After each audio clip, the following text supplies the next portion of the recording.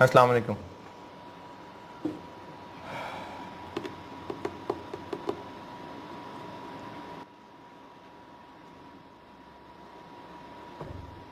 दुरूद शरीफ पढ़ लें।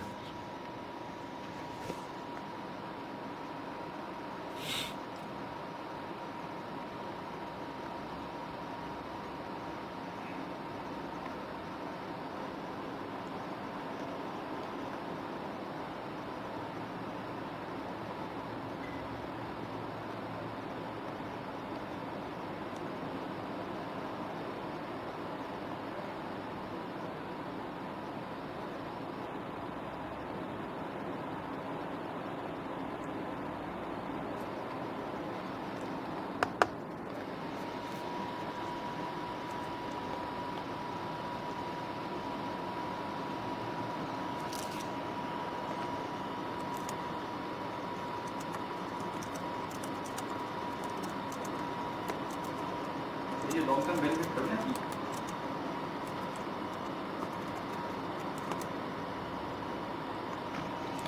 जी मैंने पढ़ाना है। जो आपको प्रैक्टिस क्वेश्चंस दिए हैं उनमें आइए क्वेश्चन 5 पढ़ लें।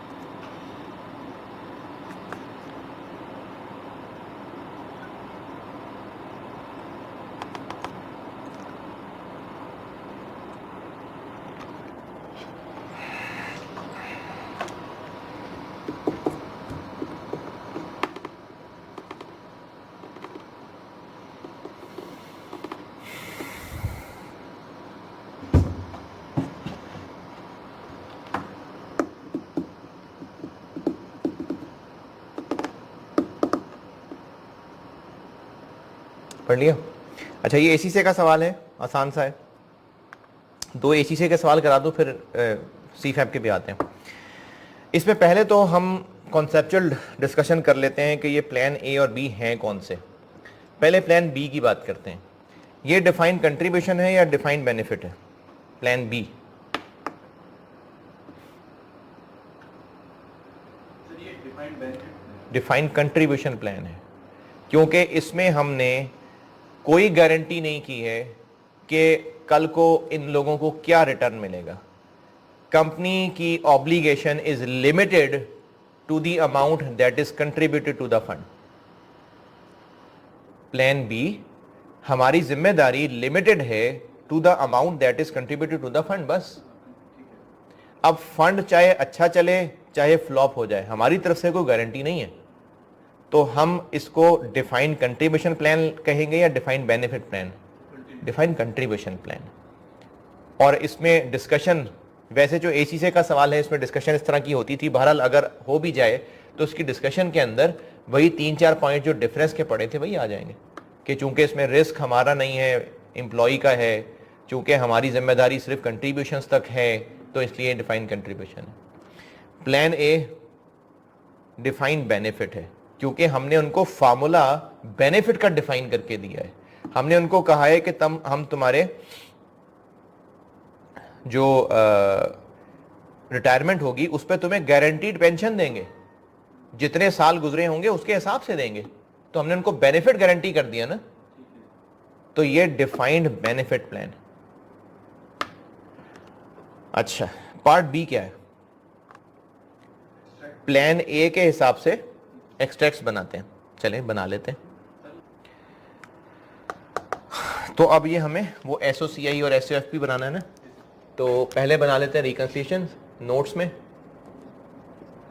एक है reconciliation PV of defined benefit obligation, और एक है reconciliation of fair value of plan. Sir ये नोट्स में आपने जो रिकन्सिलिएशन पहले लिखी है उसके ऊपर पीवी ऑफ डिफाइंड बेनिफिट नहीं लिखा हुआ? क्या लिखा, रिकन्सिलिएशन ऑफ डिफाइंड बेनिफिट वो PV लिख दिया मैंने। अब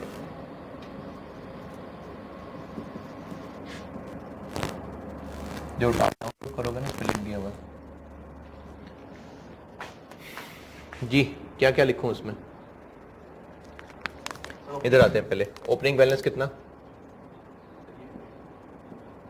सर ये प्लान ए की बात हुई। जी प्लान ए कर रहे हैं ना हम, रिक्वायरमेंट में प्लान ए है, मैंने ये प्लान ए कर दिया हुआ है।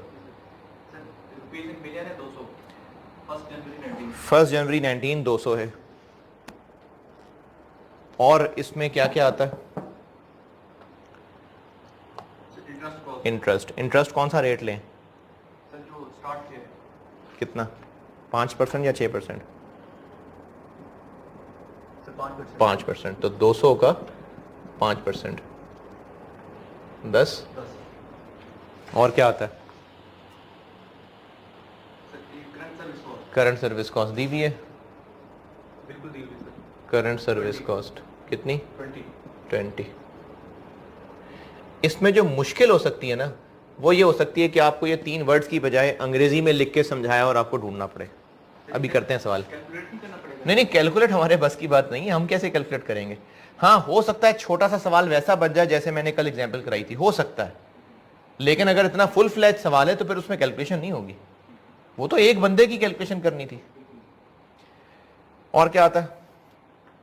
Sir benefit past service cost. Past service cost है सवाल में कहीं? No sir. नहीं है। और सर इसमें benefit benefits paid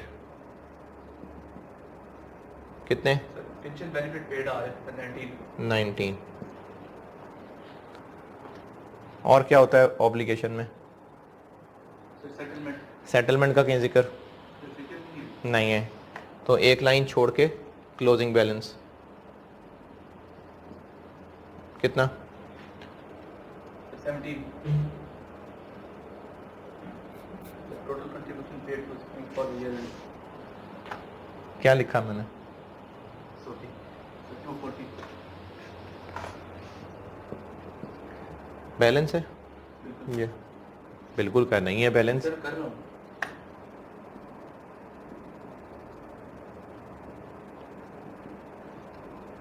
sir 29। Positive negative? Positive. Loss है गेन है? चाहे तो फॉर्मेट से देख लें या वैसे ही समझ लें। पॉजिटिव आ रहा है इसका मतलब लायबिलिटी और बढ़ रही है, तो लॉस के गेन? लॉस। इधर आ जाते हैं। ओपनिंग बैलेंस कितना?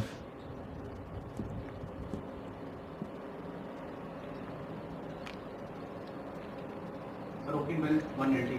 190। इंटरेस्ट 190 का 5%? सर ये सेम है इन दोनों के लिए? जी सेम, वही वाला discount rate, same discount rate लाजमी। 9.5। और क्या आता है प्लान एसेट्स में? Interest income. इंटरेस्ट इनकम आ गई ना। और contribution to the plan. Contribution कितनी? सर ये जो टोटल कंट्रीब्यूशन नहीं है ना फॉर स्कीम ईयर एंड यही है ना कंट्रीब्यूशन, तो यही 17। और बेनिफिट बेनिफिट्स पेड कितने? सर 19। 19। सर दोनों में सेम कैसे हैं वो फेयर वैल्यू पे है? अरे भाई यहां से ये पे कर रहे हैं, ये डेबिट वो क्रेडिट तो सेम ही है ना, एक ही ट्रांजैक्शन है। बेनिफिट्स पेड यही तो थे कि हमारी ऑब्लिगेशन सेटल हो रही है, एम्प्लॉय रिटायर हो रहा है, उसको पैसे दे रहे हैं, तो वहीं से लेके तो दे रहे हैं। बेनिफिट पेड की एंट्री देखो जाके, DBO debit, plan assets credit. और सर सेटलमेंट है कहीं सेटलमेंट? नहीं है। एक लाइन छोड़ के क्लोजिंग बैलेंस सर 225 2, 25 तो बैलेंस करेंगे तो रिटर्न ऑन प्लान एसेट्स आ जाएगा।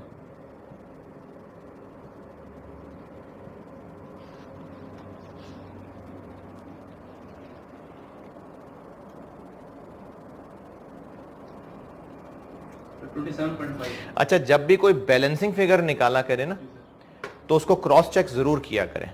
अब जैसे आपने इधर से ऊपर चला होगा, तो आप उसको यहां लिखें और देखें क्या इन सबको सीधा चल कर ये आंसर आता है कि नहीं आता। जब भी कुछ बैलेंसिंग निकाला करें, इसको क्रॉस चेक जरूर किया करें। कितना है? 20? 27.5 पॉजिटिव नेगेटिव? Positive positive. तो ये गेन है कि लॉस है? गेन है कि लॉस है? एसेट्स बढ़ रहे हैं?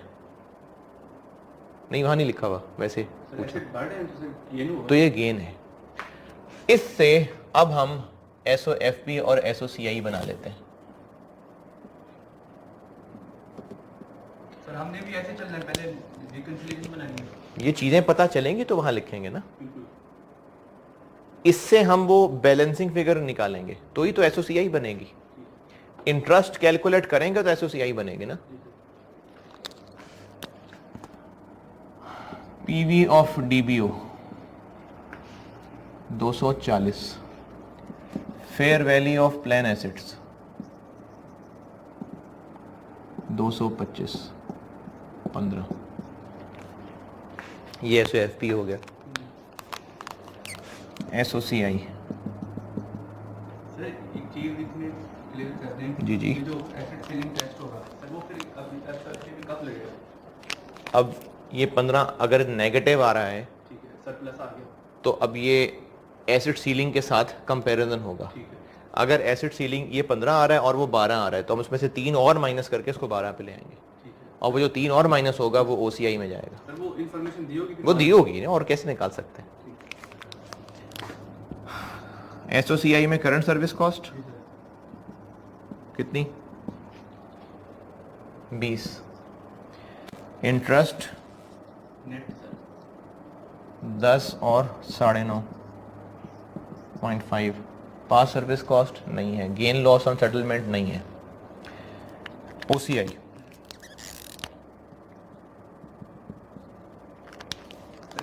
Actuarial loss 29। Return on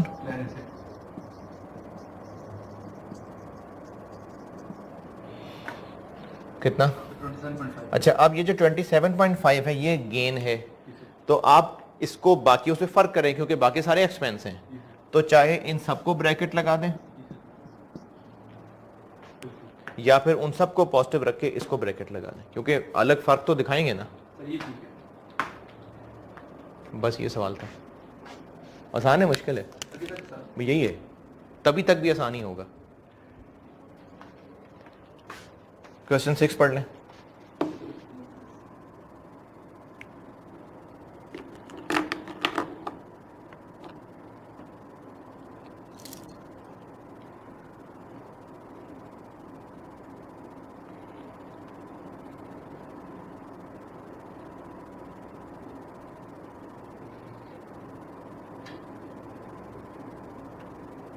sir इसका प्लान भी खुद करना है? प्लान बी कुछ नहीं करना, बस सिर्फ पार्ट ए करना था। पार्ट बी सिर्फ प्लान ए का पूछा हुआ मैंने, सर इधर भी ये लिखा होगा कि चेंज कर दिया मैंने।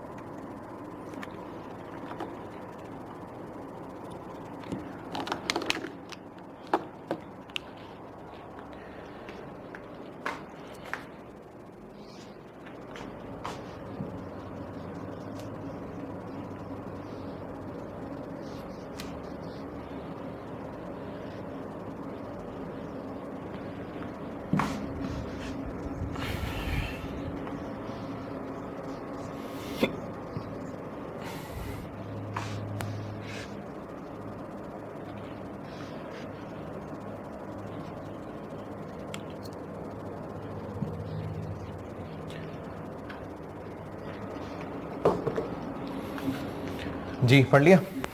अच्छा इसकी भी रिक्वायरमेंट वही है, एक्सट्रैक्ट बना लिया। ठीक है चलें पहले रिकन्सिलेशन पे आते हैं। ओपनिंग लायबिलिटी कितनी? सर रुपीज इन मिलियन में आ रही है। जी जी 3000 मिलियन 3000। और फेयर वैल्यू क्या आ रही है सर? अच्छा अब इसमें चलें खैर डीवीओ कर लें पहले पूरा। अब इसमें थोड़े से मुश्किल ये आ गई कि स्ट्रेट फॉरवर्ड नामों की बजाय अंग्रेजियां लिखी हुई हैं। जैसे पॉइंट नंबर ए क्या चीज़ है?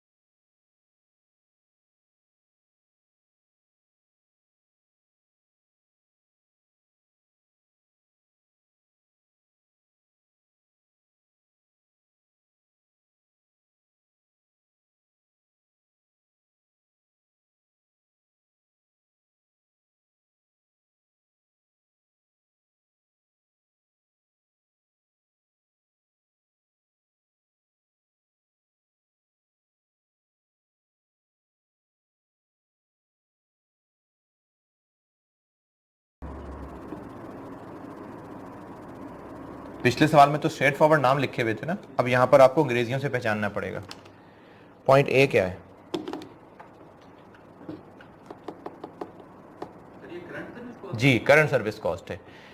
Actuarial cost of providing benefits in respect of employee service for the year, तो ये करंट सर्विस कॉस्ट है। सर एक बार बताएं कैसे पता चलेगा?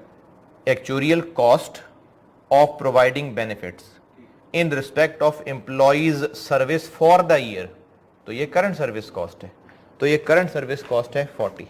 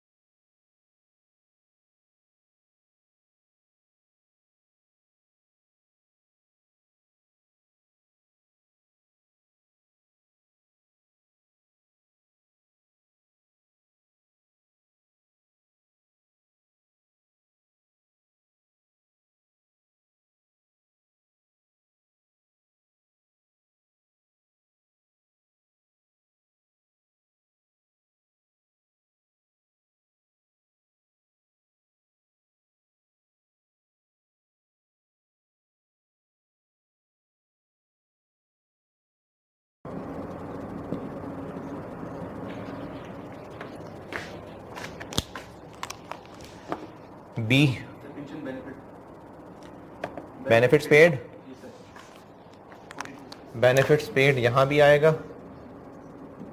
सर क्या हम दोनों को साथ साथ चला सकते चला लें, कितना 42 2 और वहां भी आएगा। पॉइंट नंबर सी, सर ये कंट्रीब्यूशन लेकिन सर इसमें से 8 प्रॉब्लम है तो सर तो ये हम 20 लिखेंगे क्योंकि 8 ड्यू है अभी, वो दिए नहीं है तो दिए, नहीं तो नहीं दिए। तो यहां पर कंट्रीब्यूशन आ जाएगा सिर्फ 20 और बेनिफिट्स आ जाएगा। अच्छा तरतीब कोई मसला नहीं है, तरतीब कोई मसला नहीं है कि पहले इंटरेस्ट क्यों नहीं लिखा। सर इसका opening balance 2900 900 C D, sir ये ओपनिंग बैलेंस क्लोजिंग ओपनिंग और क्लोजिंग बैलेंस। क्लोजिंग कितना है क्लोजिंग? सर ये इस साइड वाले का है 3375 3375 और इसका सर लेकिन इसमें लिखा हुआ है जो इसमें फेयर वैल्यू वाले सर 3170 लेकिन लिखा हुआ है including the contribution food batch तो होना चाहिए, प्लान एसेट्स में इंक्लूडेड होने चाहिए एक्रूड, नहीं सर नहीं। तो जो दिया हुआ है आपको कितना 3170 इसमें से निकाल दें कितना सर कंट्रीब्यूशन 28 सर लेकिन 28 8। ये पढ़ा था हमने कि प्लान एसेट्स के अंदर अगर कोई कंट्रीब्यूशन ड्यू है, मिली नहीं है अभी, तो वो नहीं शामिल करनी, चल एक्सक्लूड। जब उसको पैसे पहुंचे ही नहीं तो फिर क्यों गिने उसके अंदर, लेकिन 3170 मिला के लिखा हुआ है इसलिए निकाल दिया। सर ये चीज नहीं समझ आ रही ऊपर हमने सीधा 20 लिख दिया है सर तो वहाँ 20 ही दिया है तो 20 ही लिखा है, 28 थोड़ी लिखा है, सर जब 28 दिया नहीं है तो फिर यहाँ से लेस क्यों कर रहे हैं क्योंकि आपको जो फिगर दी हुई थी वो 8 मिला के दी हुई थी। सर ये कैसे पता चलेगा लिखा हुआ है यार, साफ साफ अंग्रेजी में लिखा हुआ है। नहीं सर उसने लिखा है इंक्लूडिंग द कंट्रीब्यूशन ऑन ठीक है ठीक कंट्रीब्यूशन ओड यही होता है ना, ड्यू।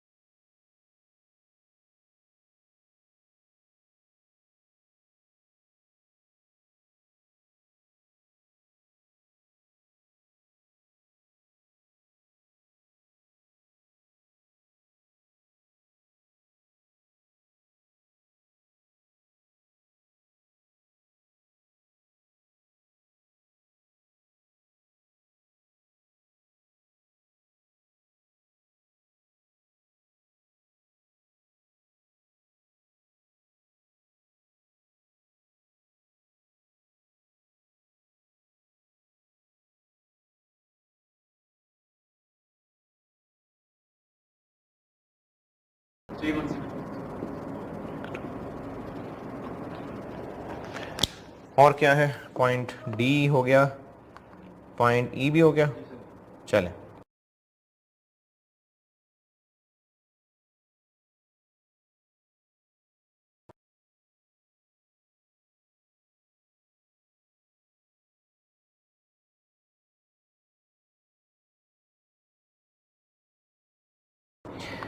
अगला पैराग्राफ, ये क्या चीज़ है?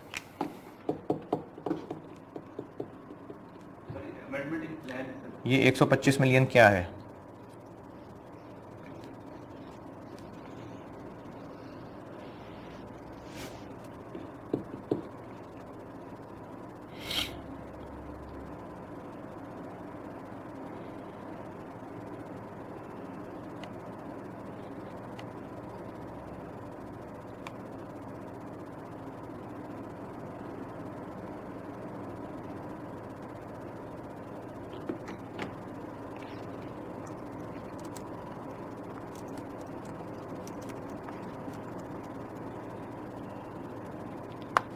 सर ये कुछ सेटलमेंट वाला कुछ लग रहा है।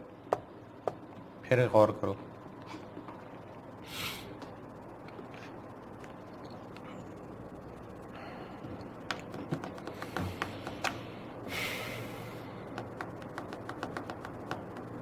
सर पास सर्विस कॉस्ट। ये पास सर्विस कॉस्ट है,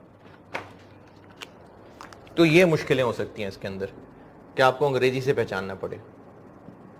पास सर्विस कॉस्ट कितनी? 125। सर ये जरा आप इसको दोबारा रिफ्रेश कर दें। हमने इस साल के शुरू में अपने प्लान में अमेंडमेंट की और अब उन लोगों को इंक्रीज्ड पेंशन मिलेगी। पहले हमने कहा था मिसाल के तौर पे कि तुम्हें 1% दिया करेंगे, अब हम कह रहे हैं तुम्हें 2% दिया करें। तो हमने बेनिफिट बढ़ा दिया, प्लान अमेंड कर दिया। तो जो पिछले सालों में एक्सपेंस रिकॉर्ड हो चुका वो थोड़ा रिकॉर्ड हो चुका, तो अब हम वो सारा का सारा फौरन रिकॉर्ड करेंगे और वो 125 मिलियन है। सर जो पिछले साल रिकॉर्ड किया था वो भी दिया होता था, फिर उनकी वर्किंग करते हैं। क्या वर्किंग करते हैं? जैसे आपने कहा था एक्सपेंस थोड़ा रिकॉर्ड किया था, हम उसको बढ़ा देंगे फिर। क्या वर्किंग दे तो दिया उसने 125, और क्या वर्किंग करनी है हमने? नहीं सर जब आप लेक्चर पढ़ाते हुए आपने एग्जांपल दी थी कि पिछले 5 साल में 1% बढ़ गया है, उससे जो बढ़ेगा तो उन पिछले जो इंक्रीज था उनको भी करेंगे। तो ये 125 वही तो है, और क्या है? नहीं इसने तो निकाल के दे दिया है। तो एक्चुअली ही निकाल के देगा, हमारी औकात नहीं है निकालने की। मैं ये पूछना हमसे मैक्सिमम अगर कैलकुलेशन टेस्ट हुई तो हाँ एक बंदे की हो सकती है। तो वो जो पिछले 4 साल में हमने बढ़ाना है, ये वही 125 वही है। आपसे अगर कैलकुलेशन टेस्ट होगी ना तो वो किसी एक बंदे के हिसाब से हो सकती है, जो कल मैंने सवाल 1-2 कराए थे।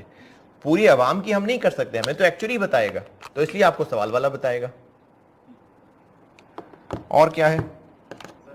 बस अब इंटरेस्ट है, तो यही इंटरेस्ट यहां भी लगा देंगे। कौन सा रेट लगाऊं? सर स्टार्ट वाला स्टार्ट वाला। 6%। तो 2900 का 6%, 174।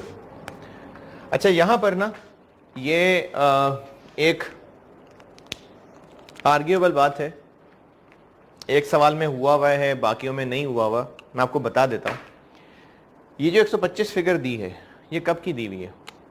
सर ये 1 जुलाई 1 जुलाई की। ये 1 जुलाई की फिगर दी हुई है, और ये वो फिगर है जो पिछले सालों में एक्सपेंस रिकॉर्ड होना चाहिए था, और वो सारा का सारा हम फौरन रिकॉर्ड कर देते हैं। ये फिगर है ना, तो अगर ये फौरन सारा का सारा रिकॉर्ड कर दें तो ये ओपनिंग बैलेंस बढ़ जाएगा ना। फिर हम टेक्निकली ओपनिंग बैलेंस बढ़ा रहे हैं, तो इंटरेस्ट इस पे लगना चाहिए कि इनको मिला के? इनको मिला के लगना चाहिए। तो ये एसीसी का सवाल है और इंटरेस्ट इसको मिला के ही लगाया था उन्होंने, लेकिन आईसीडब्ल्यू के क्वेश्चंस के अंदर, आईकैप के क्वेश्चंस के अंदर इसको नहीं मिलाया हुआ। बात लॉजिकल है, लगना चाहिए, लेकिन आईकैप के क्वेश्चन में भी नहीं लगाया हुआ, और आईसीडब्ल्यू के क्वेश्चन कुछ मेरी नजरों के सामने से गुजरे थे, उनमें भी नहीं लगाया हुआ। तो मैंने आपको बता दिया है, लॉजिकली लगना चाहिए, क्योंकि अगर ये पिछले सालों की कॉस्ट है तो इसको हम इसी के अंदर इंक्लूड करते फिर इंटरेस्ट इस पे मिल के लगता। वैसे भी आपको ये 1 जुलाई की फिगर दी हुई है, तो इंटरेस्ट लगना चाहिए। तो इंटरेस्ट जो है वो 3000 की बजाय 3125 पे कैलकुलेट होना चाहिए। सर 187.5। सर फिर आई क्या तो वो आप लगा लें, लगा लें, लगा लेना चाहिए वैसे। बैलेंस करें। नोट दे दें सर, एक कैमरा अल्टरनेटली। जी जी बिल्कुल, इसको बैलेंस करें। बैलेंस करेंगे तो एक्चुरियल गेन होगा या एक्चुरियल लॉस होगा?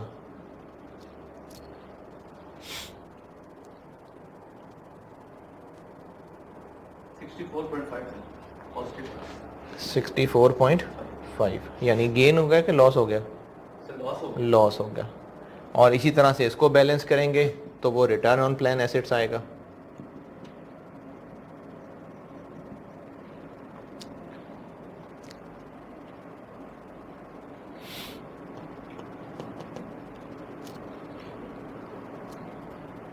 Sir 110 110 positive 110। जी सर। अच्छा, मेरा नहीं ख्याल यार। हाँ ठीक है ठीक है, 110। पॉजिटिव अब ये सब हम यहाँ लिख देंगे। तो पीवी ऑफ डीबीओ है 3375,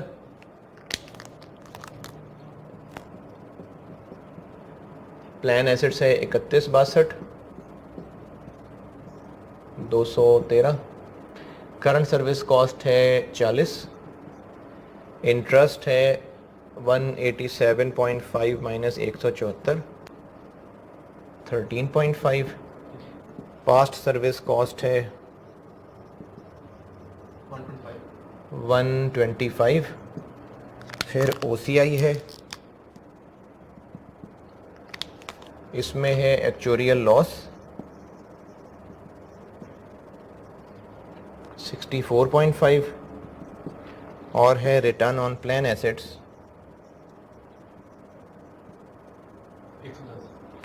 110 और इन सबको लगा देते हैं ब्रैकेट।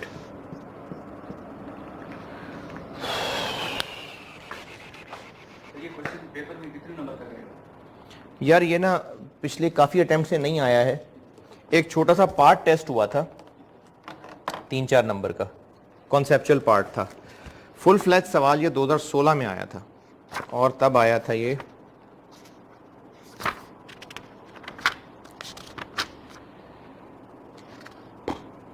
11 नंबर का।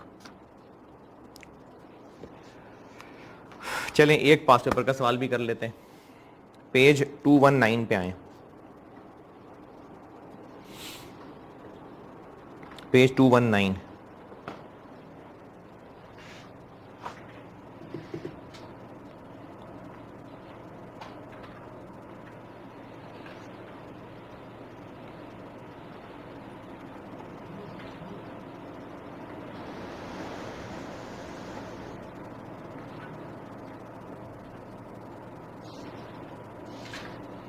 पेज 219 ये है जी। अच्छा, जिनके पास बुक नहीं है वो मुझे कहा था स्टूडेंट ने कि उनका रेफरेंस बता दें। ये जून 2016 अटेम्प्ट का सवाल है, जून 2016, मेहरान इंडस्ट्रीज लिमिटेड के नाम से। जून 2016 मेहरान इंडस्ट्रीज के नाम से, पढ़ लें।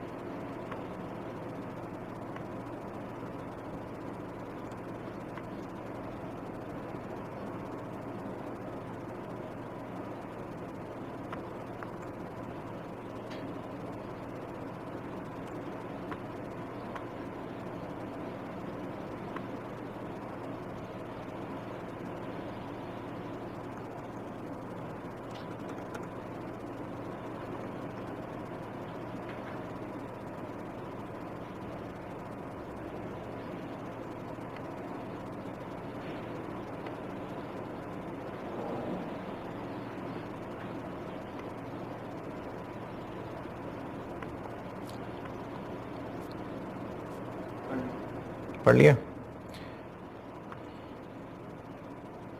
नई चीजें हैं? नई चीजें हाँ देखते हैं।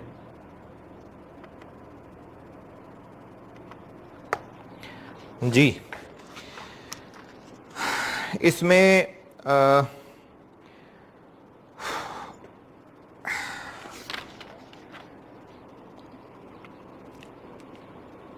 कंपैरेटिव फिगर्स भी मांगी हैं, यानी 2 कॉलम आ जाएंगे, 14 का कॉलम भी आएगा और 15 का कॉलम भी आएगा। सॉल्यूशन से दिखा दूं? सर होमवर्क दे दें। नहीं होमवर्क और बाकी सारे देने हैं ना, सॉल्यूशन से देख लें। पेज नंबर 226 पे आए, पेज नंबर 226।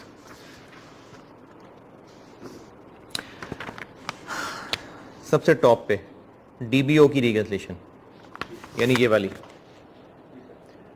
15, 14 वाले कॉलम में कौन सा बैलेंस आएगा? पॉइंट नंबर 2 में दिया हुआ है। अच्छा, ये पॉइंट नंबर 2 गलती से डल गया, ये पॉइंट 1 ही है असल में, वो पिछला सेंटेंस ही कंटिन्यू हो रहा है। Present value of DBO and fair value of plan assets as on 1 जनवरी सवाल के अंदर, तो वो पॉइंट 2 ऐसे ही लगा हुआ है, वो पिछला सेंटेंस ही कंटिन्यू हो रहा है।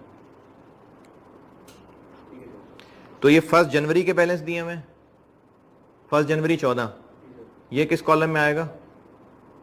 14 वाले ओपनिंग। तो देखिए ये 380, उधर 14 में ओपनिंग लिख दिया, ठीक है। और जो ऊपर टेबल में दिया हुआ है 14 का क्लोजिंग 438, तो वो देखिए 15 वाले कॉलम में ओपनिंग लिख दिया, ठीक है। अच्छा, अब ये जो सवाल ही के अंदर ऊपर टेबल दिया हुआ है, करंट सर्विस कॉस्ट क्लियरली लिखी हुई है 19 और 15, देख लें वहां लिख दी जाके 19 और 15 आ गई। अच्छा, इंटरेस्ट के लिए रेट कौन सा लें? ओपनिंग वाला 14 के लिए 8% लेंगे और 19 के लिए?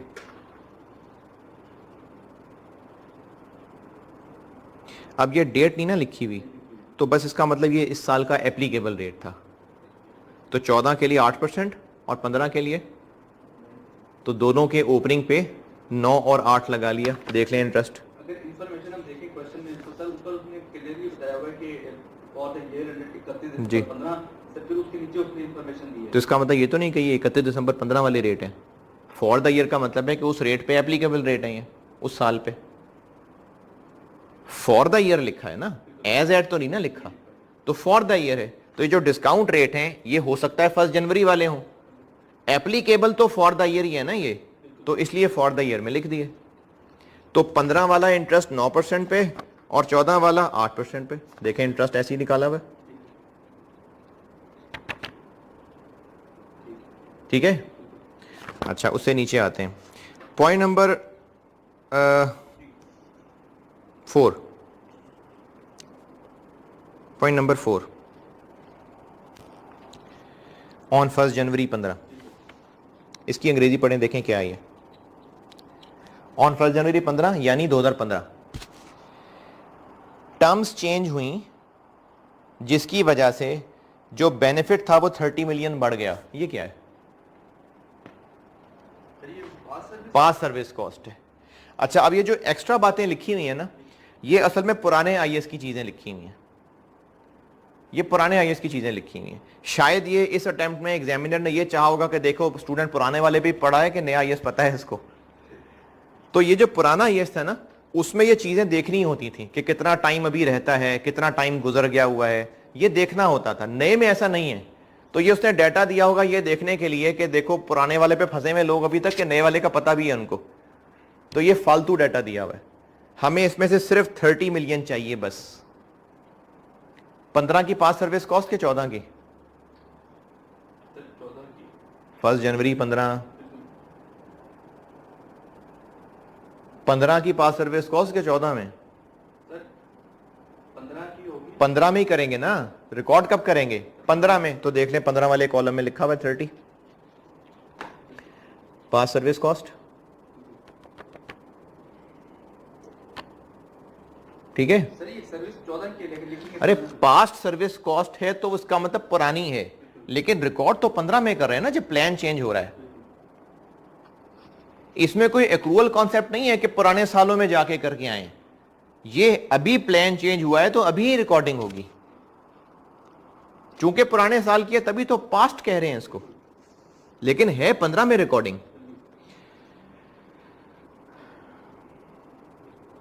Past service cost okay. इसमें जो आपने कहा कि वो चेक कर रहा था कि पुराने आई पढ़ाई तो ये है तो दोबारा भी कर सकते हैं। करने को तो कर सकता है, लेकिन आपने आईएएस पढ़ लिया, आईएएस में कहीं इस तरह की कोई बात है कि कितने साल बाकी रह गए हैं, तो फिर अच्छा जी। करंट सर्विस कॉस्ट हो गई, पास्ट सर्विस कॉस्ट हो गई। ऊपर वाले डेटा पे आते हैं। कंट्रीब्यूशंस का क्या करें? प्लान एसेट्स में लिख देंगे जाके। बेनिफिट्स का क्या करें? दोनों जगह लिख देंगे, यहां भी और वहां भी, तो देख लें लिखा हुआ है। बेनिफिट्स पेड आ गए दोनों जगह, ठीक है। चलें पॉइंट 3 समझते हैं। 2014 में हमने अपना एक डिवीजन बेचा और उस डिवीजन के जो एम्प्लॉय थे वो अब नए वाले के एम्प्लॉय हो गए, तो हमने फिर जो अब तक का प्लान में हिस्सा और जो ऑब्लिगेशन बनती थी वो भी फिर उन्हीं को दे दी। क्या हुआ ये? सेटलमेंट। अब सेटलमेंट में जितनी ऑब्लिगेशन की अमाउंट है वो ऑब्लिगेशन से लेस होगी, जितनी प्लान एसेट्स की अमाउंट है वो प्लान एसेट से लेस होगी, और जो डिफरेंस है वो गेन और लॉस ऑन सेटलमेंट होगा। जी सीखा ना सेटलमेंट में? तो देख लीजिए, ऑब्लिगेशन से 21 माइनस हो रहा है, प्लान एसेट से 19 माइनस हो रहा है, और जो 2 का गेन है कि लॉस है? गेन है कि लॉस है? लायबिलिटी 21 है, एसेट्स 19 जा रहे हैं, लॉस है। सेटलमेंट की एंट्री देखो, PV of DBO debit 21, plan assets credit 19, तो 2 का गेन आ गया, तो ये गेन है जो पी एंड एल में आएगा। 14 में कि 15 में? जिस साल हो रही है उसमें 14 में, ठीक है। पॉइंट नंबर 5 क्या है?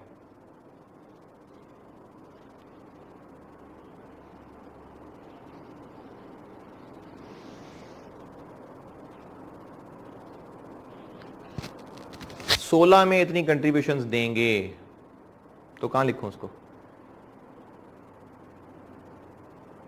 कहीं नहीं लिखेंगे, तो ये सिर्फ डिस्क्लोजर में एक पैराग्राफ दे देंगे।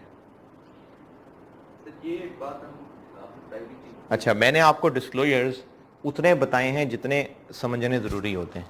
पहले भी मैंने कहा था कि डिस्क्लोजर्स कुछ स्ट्रेट फॉरवर्ड इन्फॉर्मेशन देनी होती है, वो आपने खुद डिस्क्लोजर पढ़ने हैं। ये मैंने पिछले आईएएस में भी की थी बात। आईकैप की बुक से नहीं, आईएएस ओरिजिनल आईएएस है, आईकैप की बुक से कर लें चाहे, तो उसमें हमने बताना होता है कि एक्सपेक्टेड कंट्रीब्यूशंस कितनी होंगी अगले साल की, तो वो लिख देंगे। वो नोट में जस्ट एक नीचे लाइन बना के लिख देंगे, देखें लिख दिया।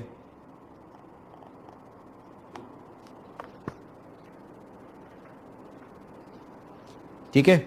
अच्छा, पॉइंट नंबर 6 क्या है?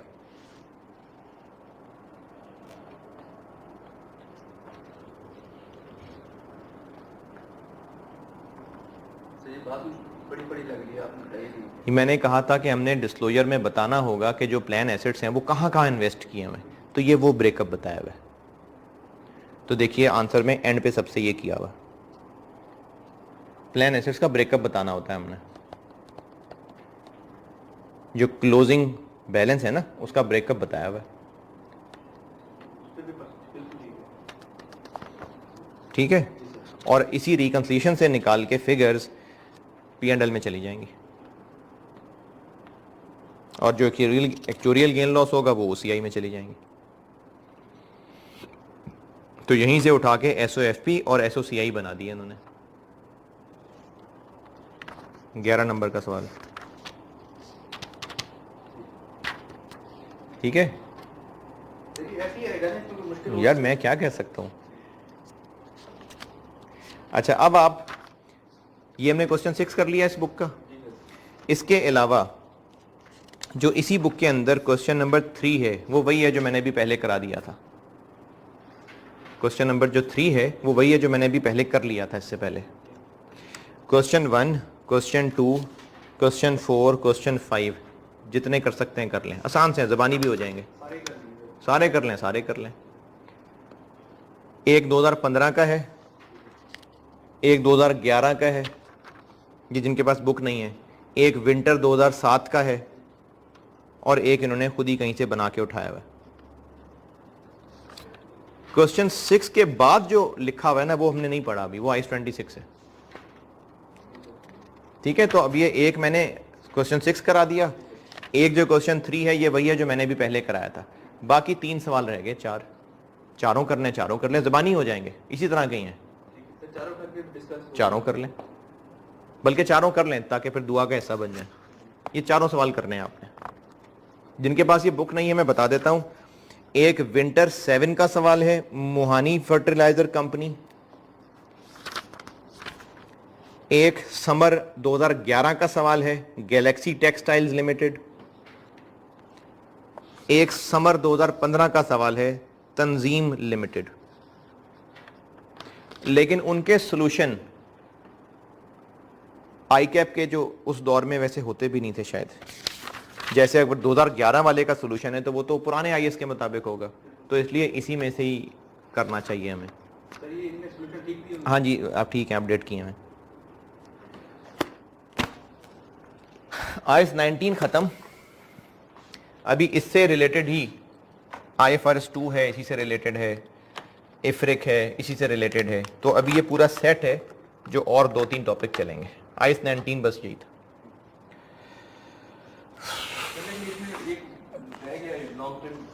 अच्छा हाँ, अरे यार सॉरी, ये जो इस IS में मैं आपको पेज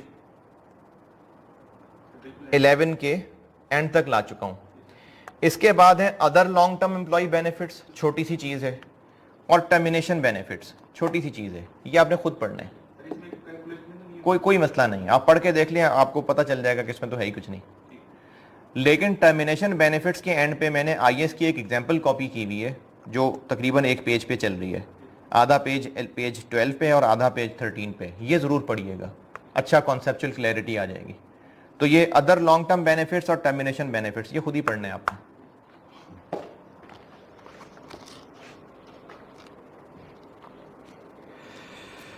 अच्छा जी, मैंने जुल्म के बारे में बताना शुरू किया था। सही मुस्लिम में रिवायत है, सैयदना अबू ज़र रज़ियल्लाहु ताला अन्हु रिवायत करते हैं कि रसूल अल्लाह सल्लल्लाहु अलैहि वसल्लम ने अपने रब अज़्ज़ वजल से नकल किया, यानी हदीस कुदसी है, कि मैंने यानी अल्लाह ताला ने अपने नफ्स पर जुल्म को हराम किया है। यानी अल्लाह की सिफ़ात में ज़ालिम नहीं है, अल्लाह ज़ालिम नहीं है। और अपने बंदों पर भी, यानी अल्लाह ने बंदों पर भी हराम कर दिया कि वो जुल्म करें। तो तुम एक दूसरे पर जुल्म ना करो। तो जुल्म अल्लाह ने हराम किया है। और जुल्म ज़रूरी नहीं है कि कोई काफिर मुल्क जो मुसलमानों को काट रहा है वही जुल्म है, नहीं।